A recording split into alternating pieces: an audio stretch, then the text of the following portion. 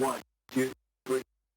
What is going on, everyone? It is Mike, and welcome back to Tech 24/7 TV. So here we are, iPad release day. Got the new 12.9-inch iPad Pro. Now, if I could sum up my whole kind of initial impressions, is it's just about the same. So really, the iPad Pro that we have here, you wouldn't know if this is the iPad Pro 2020 or the 2018 unless you looked at the back of it and you saw the camera sensor over here. So the iPad Pro, while it does have some refresh internals like the new processor, the dual camera setup with the LiDAR sensor, there's not a lot going on from an exterior perspective that has changed. You still have the same display resolutions, you still have the same PPI, it's still P3 color compliant, still has True Tone, all the same stuff. It still works with the Apple Pencil. The Apple Pencil is still fast as hell.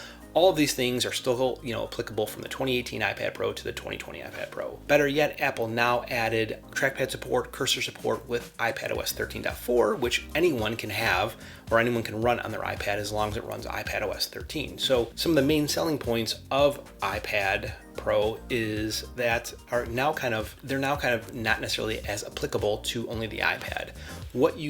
If you want to buy this, you have to be, I would think that you would be at the upper bound kind of threshold of your computational power on your existing computing device. Maybe you have an iPad, an iPad Air, an iPad Mini, it doesn't really matter, and you want to go ahead and upgrade. If you have a 2018 iPad Pro, my first thoughts are that this is not worth the upgrade.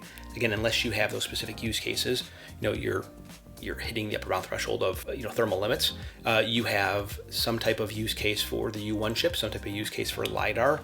At least at this point, I don't know what those use cases are because, again, I don't have any of them. I would love to know if anyone's watching this has those issues themselves, but for me, I don't have them. Now, the iPad Pro, again, it really looks the same. You still have the same keyboard that's compatible. This is the new Smart Folio keyboard that came out with the 2020 iPad Pro. You see that obviously has the cutout for the camera right here, and it's got the Apple logo that is now orientated in a horizontal manner. But other than that, what's the point? I don't think that there is really a significant or a compelling sale here for me to upgrade from a 2018 iPad Pro. And now I think that is a very limited and kind of a selfish perspective to look at it. Now, I would tell you that if you have an older iPad Air, iPad Air 2, iPad Air 3 even, an iPad Mini, iPad Classic, if you are at the point where you are ready to upgrade, that I would purchase the 2020 iPad Pro over the 2018.